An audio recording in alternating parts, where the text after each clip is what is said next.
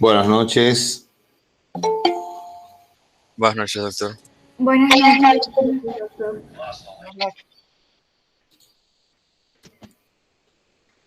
Disculpen la tardanza, tuve un pequeño inconveniente técnico y ya está solucionado. Cuestiones netamente de tecnología, ¿no? Entonces, por esa razón no pudimos empezar a tiempo la clase. En todo caso, vamos a arrancar ahora con un tema interesante que realmente requiere de mucha habilidad en el médico, en el cirujano, en el residente, porque este es un cuadro que realmente llega de entrada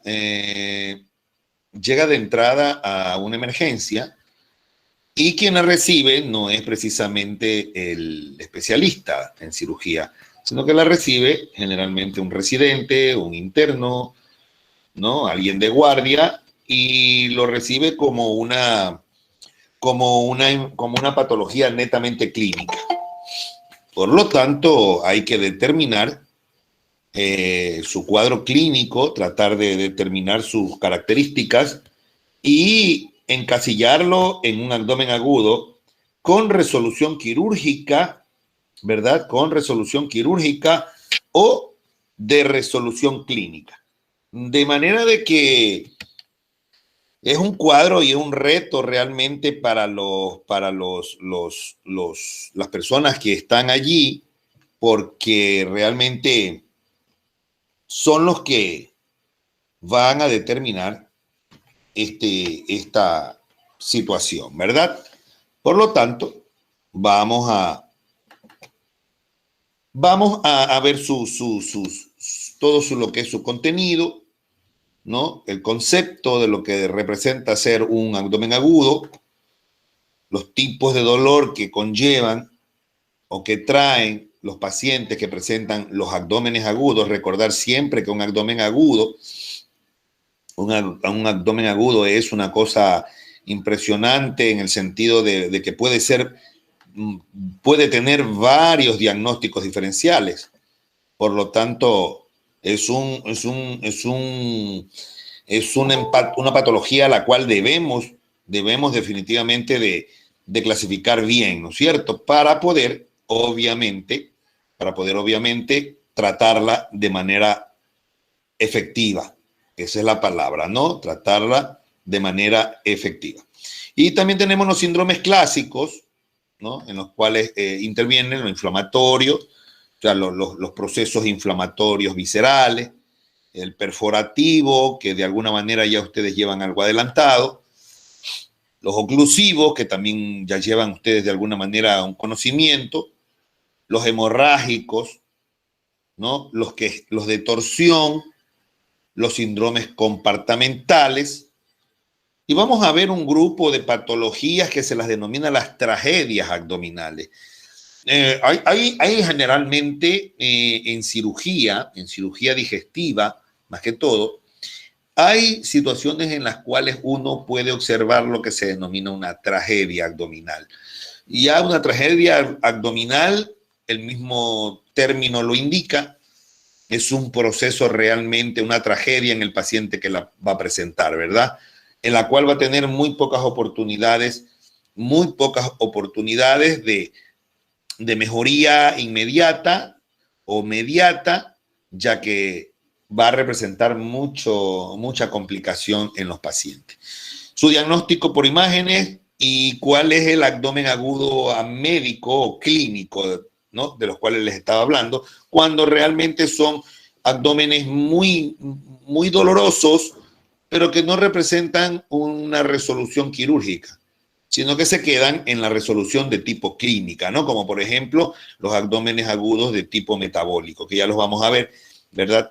Y vamos a ver cuál es nuestro objetivo, pues diagnosticar los diferentes síndromes del abdomen agudo, utilizar correctamente la historia clínica, el cuadro clínico y los estudios complementarios en este tipo de patología, describir sus manejos igualmente el específico y el correcto de cada patología, y conocer las patologías que conforman el diagnóstico diferencial, miren ustedes, del abdomen agudo.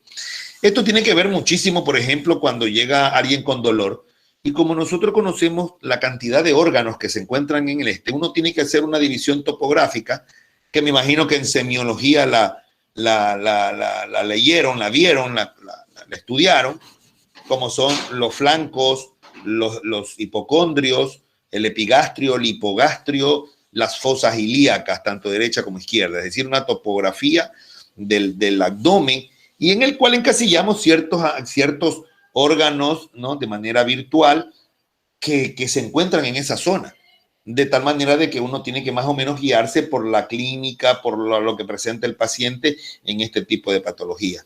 No hay que desconocer tampoco, no hay que desconocer que a veces los dolores son referidos, es decir, duelen en un lado, pero resulta que son problemas de otro lado, lo que se llaman los dolores referidos o la irradiación de los dolores, ¿no? Entonces, más o menos estamos encasillando que ese es nuestro objetivo ahora, y vamos a ir viendo cada cosa de acuerdo a cómo se vaya presentando, ¿verdad? Pues bueno, aquí tenemos, por ejemplo, el concepto. Es un abdomen agudo. Es un cuadro doloroso en el abdomen. Aparece bruscamente, ¿sí? O puede aparecer progresivamente. Es decir, o puede aparecer abruptamente o insidiosamente, ¿no? Con signos típicos de irritación peritoneal. Cuando hay esto es importante, ¿no? Cuando una persona presenta un dolor abdominal, es porque hay una irritación en el peritoneo.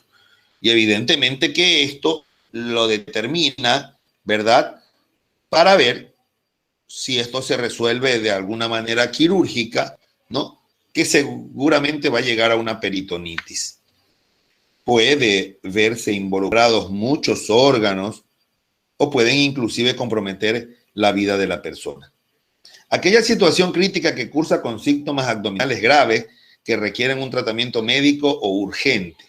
Es decir, nunca subestimar un dolor abdominal. Nosotros los que hacemos vida médica, nos damos cuenta que a veces se nos ha pasado por omisión que un simple dolorcito, ay, me está doliendo aquí, ¿qué será? Ay, tómate algo, tómate esto, tómate una agüita, tómate una finalín, tómate una umbral, tómate. Ese hecho de subestimar el cuadro abdominal doloroso, por muy pequeño que sea, puede determinar en algún momento un tratamiento urgente. Entonces uno tiene que tener el olfato de cirujano o el olfato de médico de poderlo diagnosticar con mucha certeza para no verse involucrado en un fallo en el diagnóstico. Evidentemente que los diagnósticos van a variar con la edad, ¿verdad? Van a variar con la edad, van a variar con el sexo, es obvio, ¿verdad? O por antecedentes de tipo quirúrgico. Es decir, los diagnósticos pueden variar de acuerdo a ciertos parámetros que ya los tenemos conocidos, como por ejemplo la edad. No es lo mismo encontrar a un paciente añoso con un dolor en fosa ilíaca derecha, ¿no?, a encontrar una mujer con un dolor en fosa ilíaca derecha que nos puede confundir con un problema ovárico derecho, cosa que no lo presentan los hombres. Y así por el estilo, ¿no? Ciertos diagnósticos que generalmente no son compatibles por la edad o por el sexo, ¿no? O simplemente porque fueron operados en la misma cosa y el antecedente nos va a ayudar mucho en determinar de qué se trata el dolor. Los tipos de dolores abdominales son de 3 tipos. Como les decía, el uno es visceral, cuando duele una víscera, el otro es parietal, cuando duele el peritoneo, y el otro es diferido, ¿no? O sea, un dolor que ya lo vamos a ir viendo cada uno, ¿verdad? Cada uno con su concepto, ¿no? Para que lo entienda mejor. El tipo visceral, peritonizado de la víscera, el peritoneo de la víscera, es aquel peritoneo que está envolviendo la víscera. Siempre que se inflame va a provocar una distensión, una isquemia.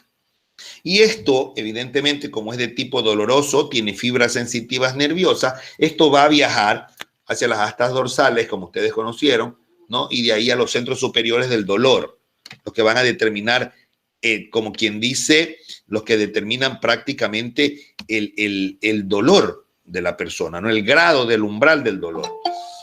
Es difícil, como dice la teoría, mal localizar un dolor el cual se puede percibir a distancia en las zonas de origen embriológico, porque esto tiene que ver mucho con el embriológico, ¿no? Por ejemplo, el intestino anterior, el epigastrio, determinará un problema, por ejemplo, umbilical, ¿no? El posterior, ¿verdad? El dolor medio, periumbilical, el anterior epigástrico y el posterior hipogastrio. Es decir, ¿qué quiere decir con esto? Que los dolores a distancias son determinaciones nerviosas que se presentan en el estado embriológico del paciente. Lo que te indica de que, por ejemplo, un dolor del intestino anterior te va a doler el epigastrio. Un dolor de la parte media va a ser generalmente un problema de tipo umbilical. Y un dolor en la parte posterior te va a dar un dolor en el hipogastrio. Como por ejemplo, que tengas un dolor en la próstata, que está en la parte posterior. Te va a doler el hipogastrio, o sea, por el lado de la vejiga. Y tú vas a pensar que es la vejiga. Y no es la vejiga, sino que por su zona embriológica que se encuentra atrás, te lo refiere hacia el lado, hacia la parte de adelante, es decir, hacia la parte del hipogastrio. Y así sucesivamente una serie de zonas embriológicas que van a representar un dolor que a lo mejor no está en el sitio, el daño, pero que te lo refiere a uno de los lugares del abdomen. Y eso tiene que ver mucho con la acuciosidad de cada médico, ¿no es cierto? Por ejemplo, aquí, esta imagen nos está indicando, por ejemplo, ciertas zonas. ¿Sí? Miren ustedes, el estómago y el páncreas en la zona central, ¿sí ven ustedes? La vesícula biliar o el hígado en la zona un poco lateral, derecha, ¿sí? La parte renal, miren dónde más o menos provoca su molestia. La parte central periumbilical, la parte del colon y del útero en la mujer determina un dolor en hipogastrio. Es decir, zonas zonificando prácticamente la presencia de ciertos órganos en esos sectores, en cada uno de esos sectores, ¿no? Siempre médico clínico o médico cirujano tiene que determinar y guardar una imagen del abdomen aquí en la cabeza. Que cuando usted viene y alza la bata del paciente, en la mente se está imaginando qué es lo que puede haber debajo de ese dolor. Dependiendo de la zona donde usted está tocando, que le va a influir mucho en su diagnóstico. El dolor de tipo parietal, su origen es en el peritoneo parietal, como les decía, donde está la pared, el meso, ¿se acuerdan? El meso del colon, ¿sí? Esta viaja por fibras somáticas y se integra a la médula espinal. Este es la zona real del dolor.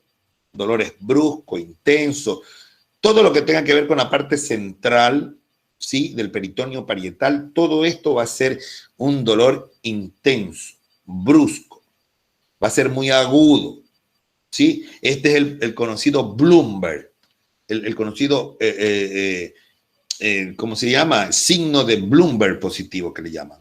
Ustedes cuando van a escuchar a alguien que tiene mayor experiencia que ustedes, le dice, doctor, está con Bloomberg positivo. Eso quiere decir que tiene mucha reacción peritoneal parietal. O sea que allí hay algo que está irritando mucho al peritoneo parietal. Se llama Bloomberg positivo, ¿no? Cuando usted aplasta, por ejemplo, la fosa ilíaca derecha donde se encuentra el apéndice y es varón, usted determina rápidamente que ese signo es el Murphy. ¿Me entiende? Entonces, usted dice, uy, doctor, tiene Murphy positivo, Roxin positivo, zonas que están determinadas en ciertos lugares y que se les pone o se les antepone el signo positivo cuando están dolorosos, ¿no? Miren ustedes aquí, por ejemplo, el dolor parietal. Este tipo de dolor es agudo. Este generalmente se va a localizar en el propio sitio donde está provocando el dolor, ¿sí? Es un dolor secundario que se origina en estímulos de musculatura, ligamentos, huesos, nervios, vasos sanguíneos. Todo lo que está alrededor de su área de terremotos, si llamemos así, ¿no? De su zona cero, todo se va a estimular. El músculo que está al lado de él, los ligamentos o huesos que están cerca de él, los nervios que estén dentro de él, los vasos sanguíneos, todo esto se van a alterar por el proceso patológico. Siempre el dolor parietal se va a aumentar cuando usted hace maniobras al paciente. Por ejemplo, una maniobra dice, puje, por favor. Ay, no me duele, doctor. A ver, otro ratito, yo le voy a aplastar suavemente en este lugar y me dice si le duele, ¿no? Entonces usted viene y le dice, a ver, ahí cómo está, ¿le duele? Oh, ay, doctor, a ver, puje un poquito. Ay, me duele, doctor. Ah, ya, perfecto. Eso es una maniobra de Valsalva, pujar o toser, ¿sí? Esto te va a determinar una exquisitez del dolor en la zona que está evidentemente afectada. Ustedes pueden ver en esa ahí, que la pueden ver en sus laptops, más después, más adelante, puedan tener un rato de libertad para poder leer, y ustedes pueden ahí ver, por ejemplo, está pintado en zonas o sombreado con zonas, ¿no? Que determina generalmente ciertos procesos. Vamos a leer uno de estos. Vamos a hacer, por ejemplo, vamos a ver el del color rosadito en el hombro izquierdo. Miren ustedes, cuando duele el hombro izquierdo, miren ustedes las cosas que pueden ser. Un dolor psicógeno, un dolor de hombro por una periartritis, o un dolor musculoesquelético, ¿sí? O una costocondritis, dolor isquémico, el dolor cervical, un dolor psicógeno. Miren, el dolor del infarto da mucho dolor en ese hombro, en el hombro izquierdo, ¿sí? Entonces, por ejemplo, miren ustedes abajo, ¿no? En la parte central, como por el ombligo, que está sombreado de celeste. Generalmente los ulcus gastroduodenales, o sea, las úlceras, duelen allí. El dolor esofágico duele allí. El dolor pancreático duele allí. El dolor de vías biliares duele allí. Que también el dolor de vías biliares duele en el del lado izquierdo, en el del lado derecho, que ustedes lo ven a su mano izquierda, que está desombreado de un color medio verde pálido, ¿sí?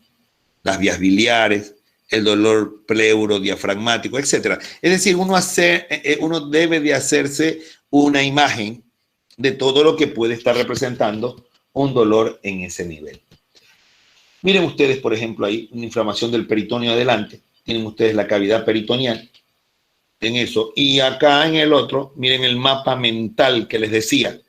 Mnemotécnico es todo esto, ¿no? Miren el mapa mental que puede determinar una serie de dolores y las cosas que pueden ser muchas, ¿no? Lo puse como una imagen para que ustedes vean que hay que ponerlo en la mente el mapa para poder, obviamente, sospechar de qué cosa es el dolor que tiene ese paciente. Y también tenemos el dolor de tipo referido, ¿no? Que se origina en una víscera o en la pared y se transporta por fibras somáticas hasta las astas posteriores, igualmente, ¿no? La visceral, el cerebro lo refleja en otras regiones distantes de la piel. Por ejemplo, cuando hay daño en el diafragma, te va a doler el hombro derecho, como yo les decía. O puede ser el izquierdo, dependiendo, porque el diafragma es muy grande. O por ejemplo, el dolor de vesícula, que te da un dolor en la parte de atrás por el omóplato. O el dolor de infarto por una isquemia valvular o una isquemia de coronarias que le está dando un preinfarto a una persona. Te va a determinar, por ejemplo, un dolor en el mentón, aquí, en el mentón, o te va a representar un dolor en el hombro izquierdo. Estos son los dolores tipos referidos, ¿no? O por ejemplo, un dolor de vesícula que te dice, doctor, me duele acá atrás, en la espalda, aquí atrás, yo creo que son cálculos al riñón. Y resulta que le hace la ecografía y sale con una vesícula con piedras. O sea, quiere decir que son dolores de tipo referido, que no te van a dar el dolor nunca en el lugar que está produciendo la patología. Y aquí ustedes pueden ver más o menos la conexión que existe entre los dolores referidos, ¿verdad? Donde llega a nivel central y donde se emerge la sensación del dolor, para donde pueden converger, ¿verdad? Y a qué distancia de la piel de tal o cual víscera va a llegar el dolor. Por eso es que a veces, cuando hay este tipo de situaciones, mejor dicho, no a veces, sino que siempre, ¿no es cierto? Siempre, estos tipos de dolores se calman con un analgésico de tipo central, porque es allá donde hay que quitar el dolor de esa persona. Es allá.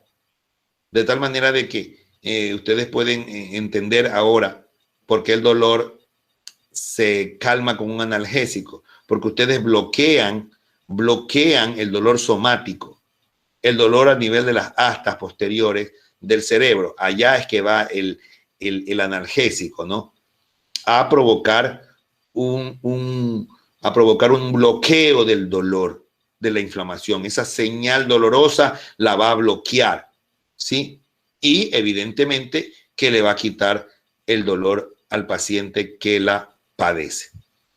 Es una imagen bien bonita para que ustedes puedan ver lo que van a hacer en neurología, como las ramas, ¿verdad? Llega la información del dolor, de la víscera, miren, traspasa el ganglio periférico de la raíz dorsal del cerebro y llega hasta las astas posteriores. Luego esta regresa con una información hacia la piel o hacia el lugar, ¿verdad?, donde va a provocar el dolor. Y allá en ese lugar es que va a ir el dolor propiamente dicho referido. Entonces, muy buena la explicación neurológica para que más o menos conozcamos lo que está sucediendo. Y acá tenemos los dolores referidos, ¿no? Por ejemplo, miren aquí, ahí ustedes pueden, está espectacular esto, ¿no es cierto? Donde decimos gallbladder es un hígado, ¿sí? Un hígado, ¿sí? Miren, puede provocar hacia arriba. Miren ustedes los riñones, a dónde dan, los ureteres, los ovarios, donde dan el dolor, el esófago, donde da el dolor, el diafragma, el corazón, mire, duele en el lado izquierdo, ¿sí? Entonces, obvio que esto nos ayuda muchísimo, ¿no? Nos ayuda muchísimo a interpretar dónde pueden estar localizados o qué es lo que puede estar dañado dentro del organismo cuando se presenta este tipo de situaciones, ¿no es cierto? Y bueno, dentro de los síndromes inflamatorios viscerales de tipo séptico, tenemos todo lo que provoca situaciones agudas, ¿verdad? Que es producido por inflamación, infección de algún órgano con liberación de mediadores que te van a dar presencia de pus, y esta pus va a provocar mucha irritación peritoneal, mucho dolor, mucho vómito, distensión, etcétera, etcétera. Una serie de signos importantes que te dan se llama esto, que te dan déjenme buscar la palabrita, lo duro que es un cuadro clínico así explosivo, ¿no? Que tú no sabes para dónde coger, ¿sí? Te provoca contractura, reacción peritoneal, el paciente grita, los ruidos están disminuidos, el paciente está con fiebre, tú lo aplastas y le grita el dolor, etcétera. Es decir, muy catastrófico, como quien dice, ¿no? Muy caliente, si se puede decir la palabra, ¿no? El paciente está muy sintomático. Y dentro de esos cuadros generalmente están las apendicitis agudas, las colecistitis agudas, las diverticulitis como el divertículo de Meckel o el sigmoide, etcétera, los accesos del psoas o cuando el músculo se rompe, o un dolor hepático por un traumatismo hepático. El dolor hepático no te deja ni respirar, te pone frío, no te quieres morir con un traumatismo en hígado. Es que es tremendo, no te deja respirar. ¿Cómo es? La inflamación pélvica, infecciones de vías urinarias o vaginales en las mujeres que provoca dolores terribles. Es como súper explosivos este tipo de dolores. Entonces, son llamativos, si se cabe, ¿no? Estos son los inflamatorios viscerales. Y entre ellos, pues tenemos la apendicitis, que como ustedes conocen y les decían antes, el Murphy positivo, una afección dolorosa en la que el apéndice se inflama, se llena de pus, ¿sí? O se perfora, ¿no? En cuadro de irritación peritoneal, donde vamos a encontrar un Bloomberg por el abdomen muy, muy doloroso, una febrícula y el Murphy positivo, ¿sí? Que está obviamente en la fosa ilíaca derecha.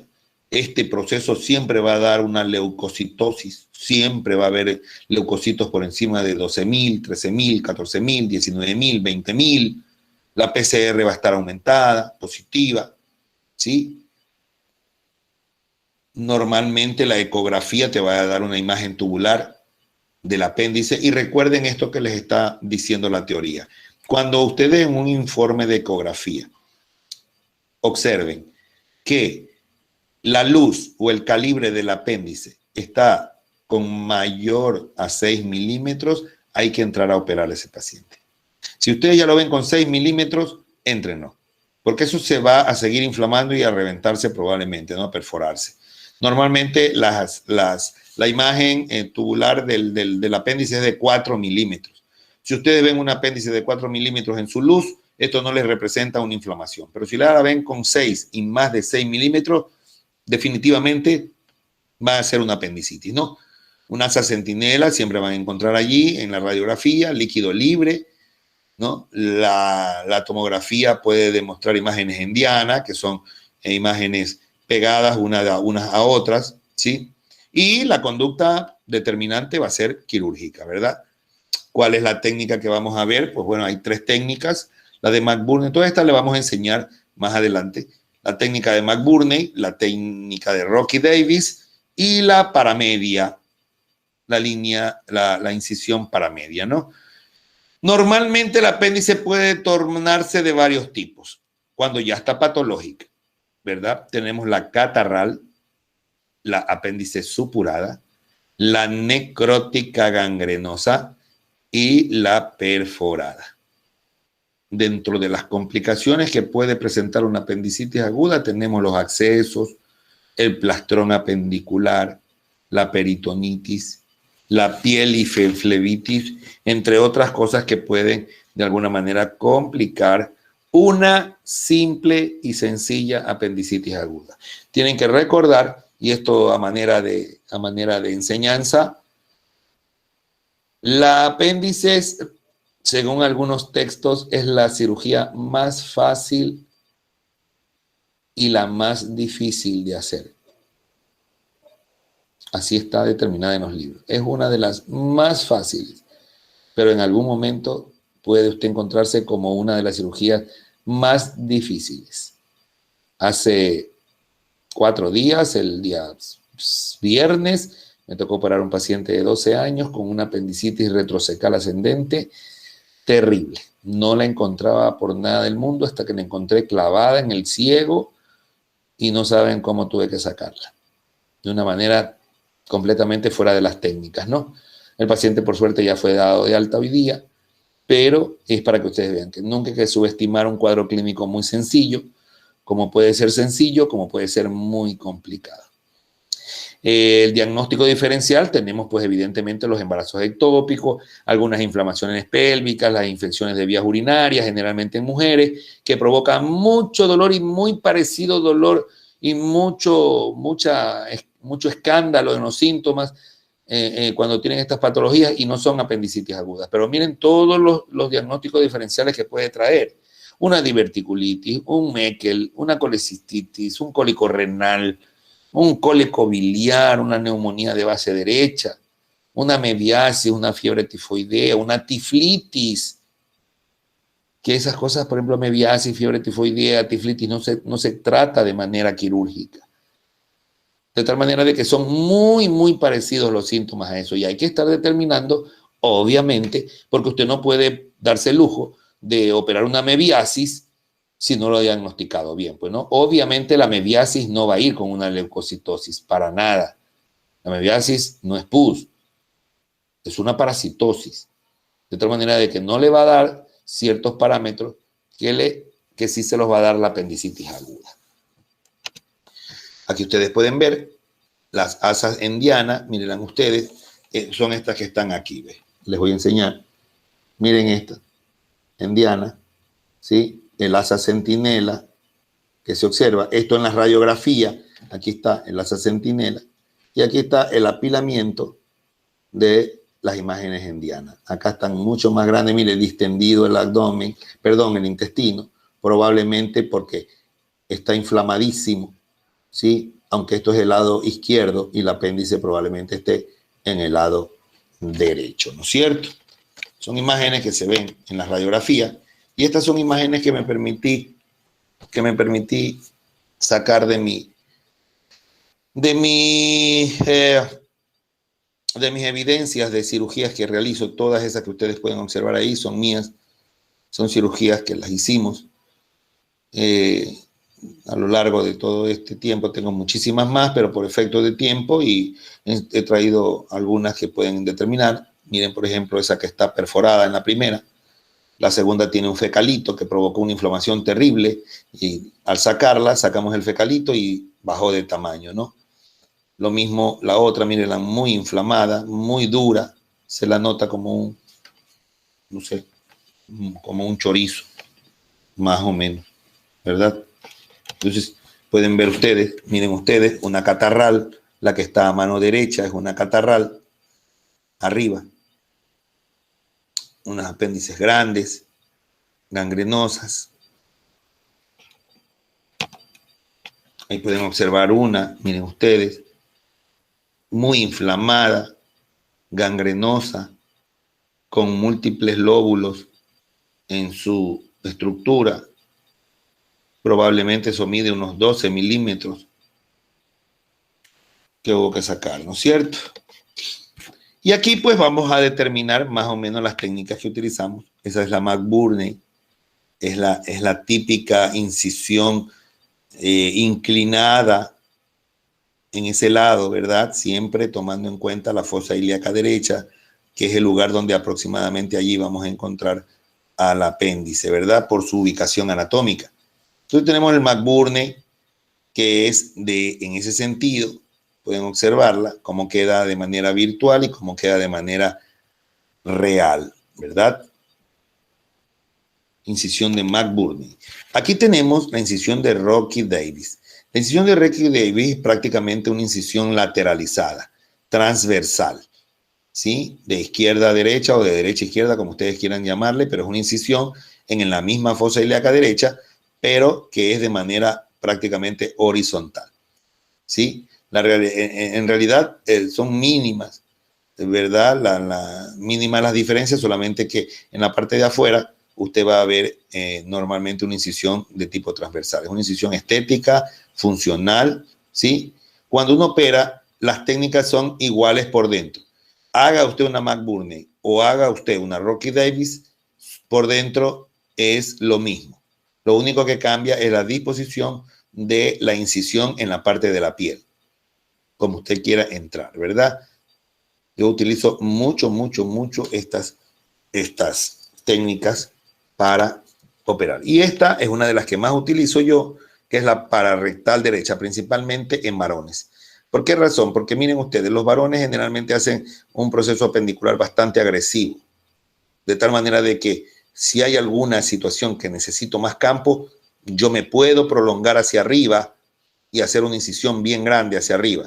Si yo hago una incisión lateralizada como la McBurney, no me va a dar mucho campo. O si hago una Rocky Davison, también voy a dañar el recto mayor probablemente.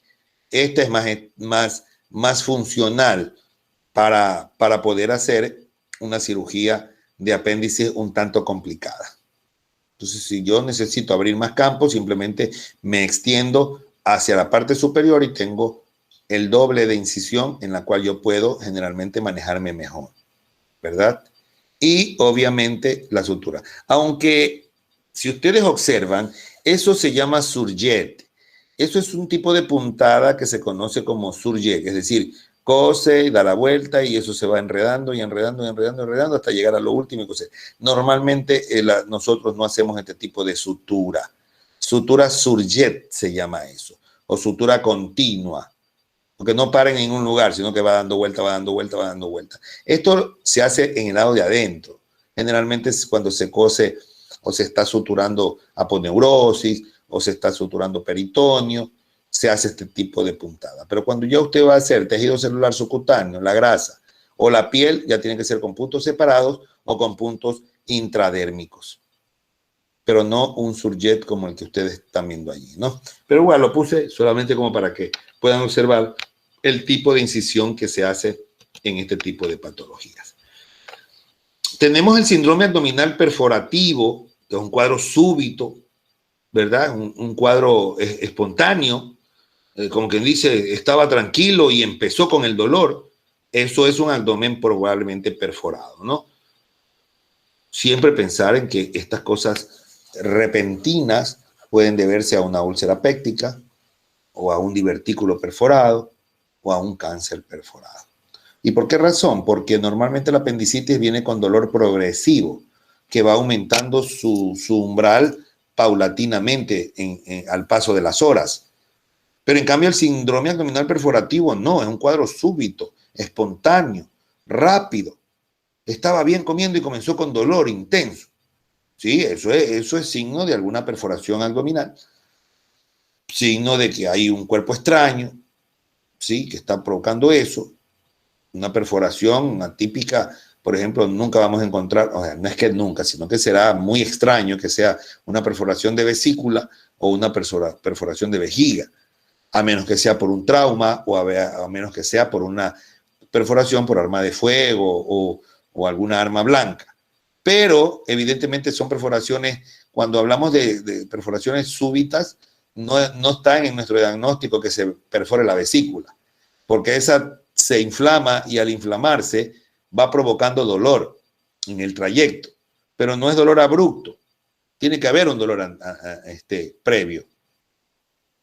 Evidentemente que el diagnóstico del síndrome abdominal perforativo es diagnóstico de dispepsia, presencia de tumoraciones, pacientes que conocen ya su antecedente de manejar masas abdominales o tienen un tumor, etcétera, ¿no? El dolor es, ya les digo, súbito, vómitos, reflejos, ¿sí? Pérdida de la materia. La reacción peritoneal está pero al máximo por la perforación, ¿no? Se le ha determinado ahí con 3 cruces, ¿sí? El abdomen se pone rápidamente en tabla, se pone duro, ¿sí? No se puede tocar porque está hecho un palo. También vamos a encontrar, por ejemplo, el neumoperitoneo, que si está ahí resaltado en rojo es porque no se olviden que en una perforación en cualquier lugar del trayecto del intestino es sinónimo de que hay una perforación. El neumoperitoneo, cuando se presenta en una radiografía, nos está indicando que hay una perforación. No se olviden de esa situación. Los ruidos hidroaéreos están completamente disminuidos y evidentemente pues usted puede darse cuenta de que algo trágico está pasando dentro de ese paciente. Aquí está el neumoperitoneo, pueden observar ustedes donde están las flechas, miren ustedes aquí, miren este neumoperitoneo, aquí está, formando aire, que es el aire que vino de la ruptura del intestino, porque hay gases, ¿no? Y ese gas se libera y ese gas se mete en medio del diafragma, miren aquí, se mete en medio de los lóbulos pulmonares y forma esta imagen. Acá también pueden observarlo. Miren ustedes aquí claramente, ¿ves? Las imágenes del diafragma, como el aire del peritoneo se mete aquí y forma el neumoperitoneo. Esto es típico y patognomónico de una perforación intestinal a cualquier nivel. Ustedes, si ven eso en una radiografía de tórax, es porque hay una perforación. Ya con eso pueden llamar al cirujano y decirle, por favor, tengo una perforación intestinal, ha salido neumoperitoneo, por favor, acercarse urgente. Hay que resolver esto rápidamente, ¿no? Ir a buscar, según el antecedente, qué le pasó a este paciente para ver qué es lo que está provocando este cuadro clínico. El síndrome oclusivo, como su nombre lo dice, es una obstrucción. Ya les decía yo que la obstrucción o la oclusión, que es sinónimo intestinal, es cuando se detiene completamente los movimientos peristálticos del intestino, ¿no? Por alguna obstrucción que encuentre en su camino, o por alguna oclusión, se torció, o qué le pasó, o hay un material ahí que está impactado y no quiere salir, o es una masa tumoral que está ahí, en cualquier punto a lo largo del tubo digestivo, ¿sí? Pueden haber bridas, pueden haber, nosotros llamamos bridas cuando son pacientes que han sido operados previamente. Por ejemplo, miren, las mujeres, por ejemplo, que las mujeres son generalmente operadas no menos de 2 veces por la cesárea, porque las mujeres generalmente nunca quieren tener un hijo, sino quieren tener 2, como mínimo 2 y como máximo 10, ¿no? Entonces, de alguna manera, esas cesáreas son manipulaciones manuales dentro del abdomen. Y evidentemente que provocan al provocar mucha movilidad dentro del abdomen con las manos, esto le comienza a formar lo que nosotros lo conocemos como las adherencias. O sea, son tejidos adherentes que se forman por la manipulación y evidentemente que van a provocar una obstrucción o una oclusión, ¿sí? Y esto se le denomina bridas o se le denomina también adherencias, que pueden ser o pueden estar a lo largo de cualquier parte del intestino. En cualquier lugar se pueden presentar.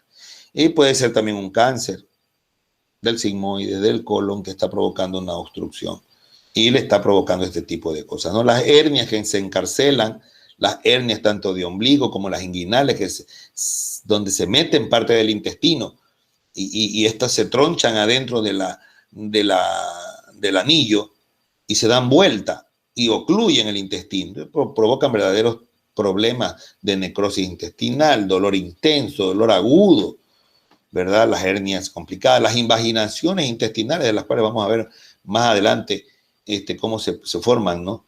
Los plastrones oclusivos, que cuando hay un apéndice, por ejemplo, se mete dentro y el organismo lo comienza a cubrir con el epiplón y se forma una verdadera masa que impacta al intestino y lo ocluye y no lo deja moverse.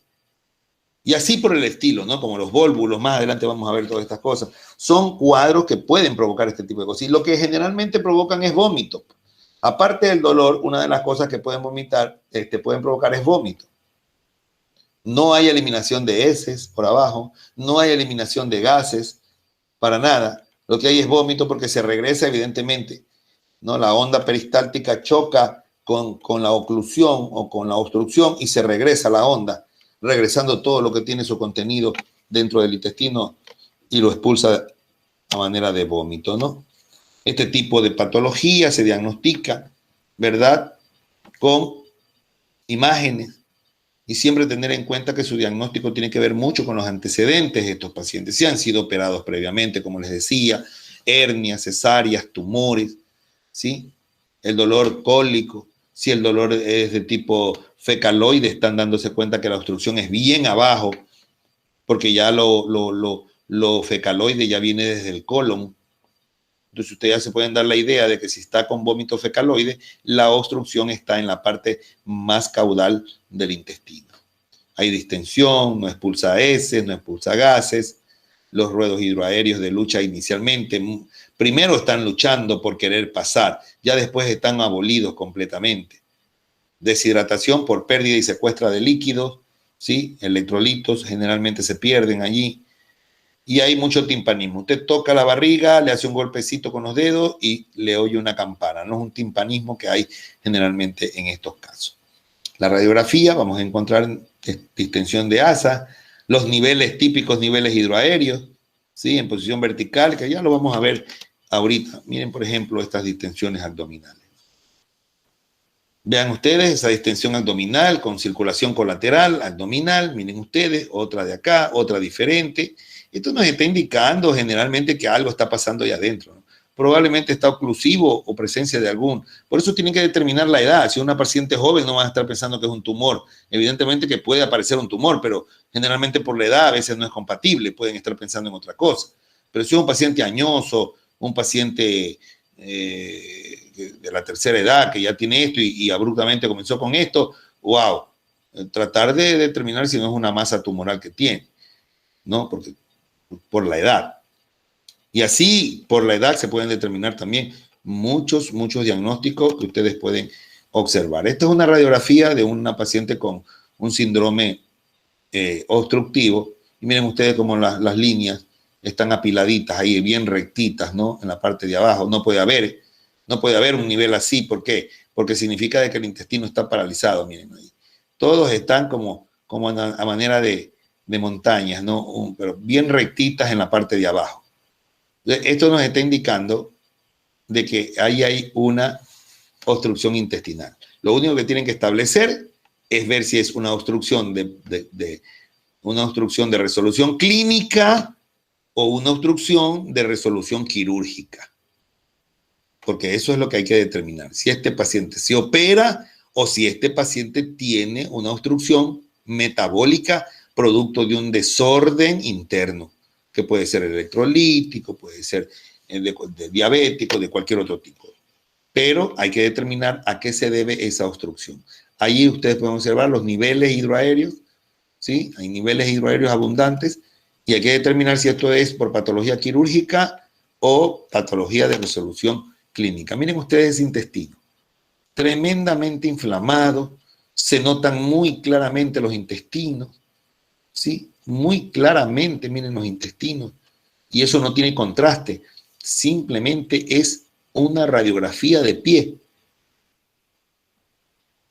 donde ustedes pueden determinar la forma en que se están disponiendo los intestinos. Está muy dilatado, muchos gases probablemente estén acumulados en esos intestinos, ¿verdad?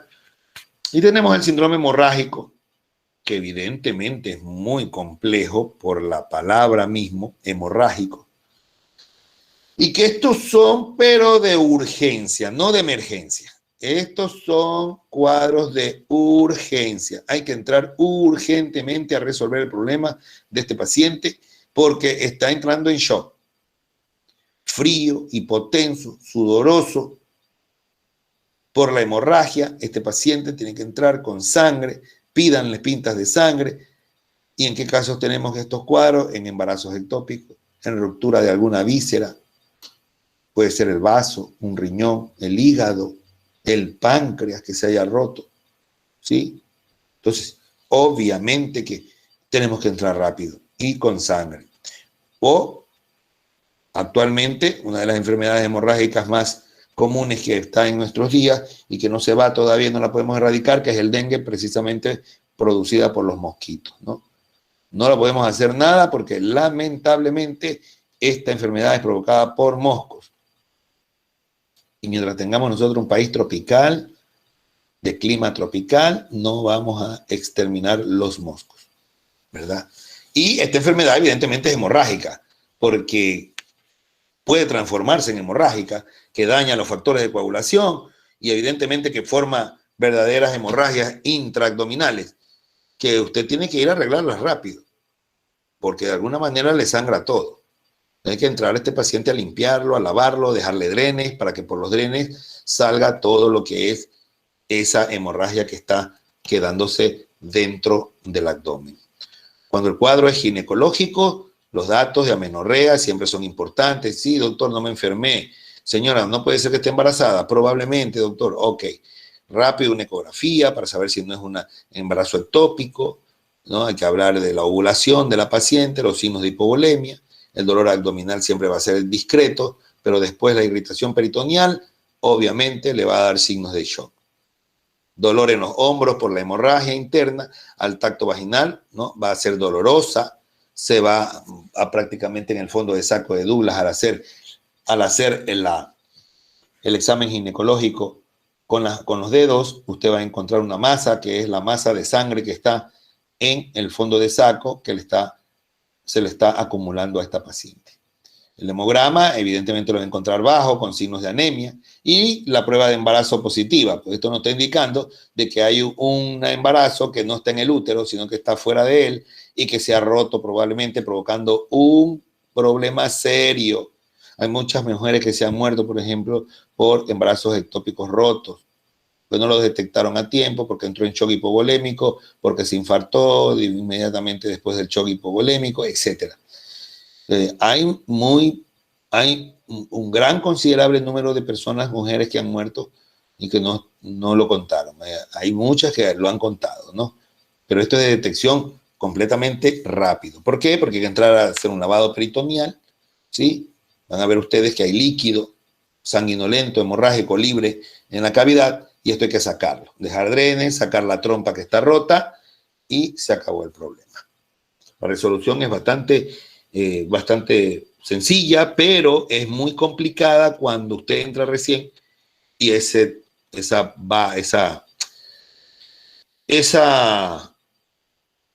embarazo no está en el útero, sino que está en las trompas. Y ahí se reventó, porque está creciendo el embrión y rompe las trompas, provocando hemorragia masiva en ese sector. Eso es cuando se trata de diagnóstico ginecológico. Pero cuando se trata de una ruptura de una víscera dura o de una víscera hueca, frecuentemente hay un antecedente de trauma. Sí, doctor, él se cayó ayer. Sí, doctor, le golpearon. Sí, doctor, se pegó. Sí, doctor, lo dispararon. O sea, frecuentemente hay un antecedente de trauma. Y el diagnóstico evidentemente se basa en estos datos, ¿no? El hemograma siempre va a estar bajo, paulatinamente va a subir los leucocitos que están indicando pues la presencia de inflamación, ¿no? O de infección ya, probablemente ya de una víscera hueca. El dolor, la frialdad, lo que les decía, la palidez, la hipotensión, si hay una hemorragia interna, hipovolemia, estos ya son signos de shock, falta de respiración, ¿no? La respiración comienza a aumentar y su frecuencia. La radiografía nos puede determinar un neumoperitoneo, donde vamos a encontrar evidentemente la sombra de la perforación dentro de los diafragmas. La ecografía nos puede determinar líquido en cavidad, fondo de saco de Douglas lleno de sangre, ¿sí? O alguna lesión en alguna víscera comprometida. Generalmente la ecografía nos ayuda mucho a determinar el cuadro de una paciente o de un paciente que hay que entrar a quirófano. Y evidentemente la tomografía que nos ayuda pues, a ver si hay una fractura en víscera o un compromiso vascular ya grande, donde ya usted puede entrar con todas las medidas precautelatorias para que no se vaya a complicar más cuando usted entra a un paciente. Ahora, que un paciente de este índole, señores, recuerden esto, de ustedes trabajar en un hospital público o en una entidad privada, recuerden siempre, este va a ser un paciente de pronóstico reservado. Jamás le pueden decir al familiar, no, todo salió bien, está bastante chévere, resistió la cirugía, no va a haber problema. Y al otro día se murió. Se le van a cargar, porque le van a decir que usted le dijo que estaba bien, que todo salió bien.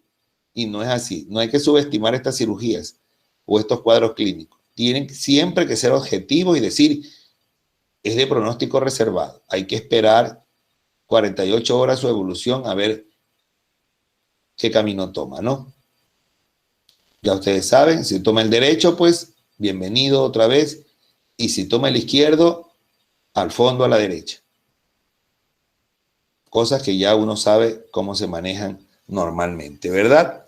Y así sucesivamente van a ser este tipo. Aquí con esta vamos a terminar, que es el síndrome de torsión, donde generalmente hay vólvulos del sigmoide, torsión del epiplón, torsión de un ovario por un quiste, la torsión de testículo. Yo estoy aquí, he volado muchos con estas torsiones de testículo porque ocurren generalmente en los niños, ¿sí? Cuando el testículo no ha descendido. Y el vólvulo gástrico, generalmente, ¿no? Esto lo vamos a ver el día de mañana. porque es un capítulo bastante largo donde hay torsiones y vamos a explicar una serie de signos que nos vamos a encontrar aquí y lo vamos a ver el día de mañana con mayor detenimiento, ¿correcto? El síndrome de torsión queda para mañana y es todo lo que se puede torcer dentro del intestino, dentro del abdomen. Todo lo que pueda torcerse dentro del abdomen va a provocar un síndrome de torsión. Lo vamos a ver el día de mañana. Jóvenes, gracias por esperar un ratico. De verdad, se me había ido mi usuario de la plataforma y no lo lograba recuperar. Pero ya lo recuperamos y ya lo grabamos y ya lo tenemos aquí. Así que, bueno, les agradezco mucho por la atención. Espero verlos el día de mañana. Good night. Gracias, Héctor, igualmente. Buenas noches. Que les vaya muy bien. Buenas noches, Héctor. Que tengan buena noche. Un gusto.